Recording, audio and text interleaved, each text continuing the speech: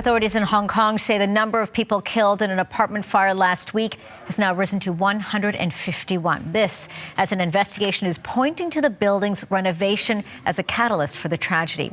We're showing you here images released today by the Hong Kong police force showing the interior of an apartment that was destroyed in the fire, giving you a sense of the damage caused by the flames inside, with walls blackened floor to ceiling and a lifetime of memories reduced to ash. Marianne Domain joining me now. She's been following the story all morning for us. Those images, Marianne, are just unbelievable, devastating, but really speak to the intensity of this fire. And now, of course, the investigation looking into everything in terms of overall what happened. But I guess now what needs to be done to keep these buildings or other apartment buildings safe. Yeah, that is the focus of the investigation. Why did these 7 31-story towers go up in flames so quickly, leaving all of that destruction and all of that death in its wake? So they're looking at the materials from the renovation that was underway at these buildings. And according to investigators, all signs point to the nylon meshing there, that green, that's what's left of it anyway, that was surrounding the bamboo scaffolding outside of these buildings. They say did not meet flame retardant standards. In other words, it was not up to the fire safety code. And that's why they say this flames spread so quickly and engulfed these buildings so quickly. On top of that, the renovation was using these foam blocks that they say was blocking the windows. These also led to the fire spreading very quickly outside of this building, led to the glass exploding in the windows, and that helped spread the fire inside the buildings, leading to the images you saw just a few moments ago, those burnt out units. Now, as a result of this investigation, they've also uncovered that the detectors inside of these buildings weren't working. Many of them anyway may not have alerted these residents, many who were over the age of 65. So when you imagine the chaos and the panic that was happening inside these buildings as the flames were just spreading from building to building, it is quite a horrific scene. Now, looking at this investigation, it is also turned criminal. We know that at least 13 people have now been arrested.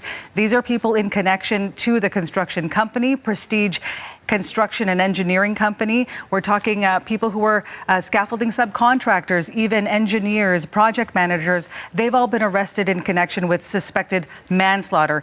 That's one part of the investigation. They've also suspended 28 projects on area businesses there in Hong Kong connected to this same construction and engineering company. They're trying to do safety audits to, of course, prevent something like this from happening.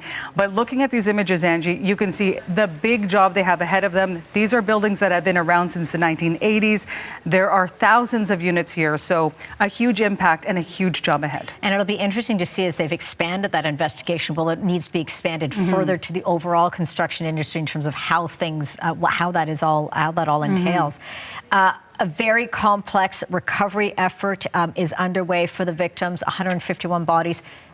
That number could potentially rise as they try to find more people that were trapped inside those buildings. Yeah, because despite all of the damage you see on the outside and the inside, the building itself is still very structurally sound. So they are going unit by unit, and they are uncovering more bodies, not only inside those units, but also in the stairwells, the hallways, and even the roof. But because these buildings were burning for days until the fire was completely put out, the fear is that not only will the death toll go up, but that they may not even be able to find or identify some of the victims because of just how burned the inside of those units are. So there are missing people, dozens of them. Either way, all in the minds and hearts of those who are mourning this tragedy there in Hong Kong. We saw the lineups that spanned several kilometers long with people lining up to pay their respects.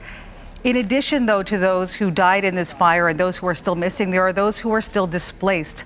4,600 people or so now without homes, and all of them now trying to find temporary shelter while that investigation continues. Indeed, and also push from the family members for a full inquiry into what has happened here. And as you mentioned, there are hundreds of them gathering to pay their respects. A devastating situation. Appreciate all the updates you've been giving us all morning, Marianne. Thank you for this. You're welcome.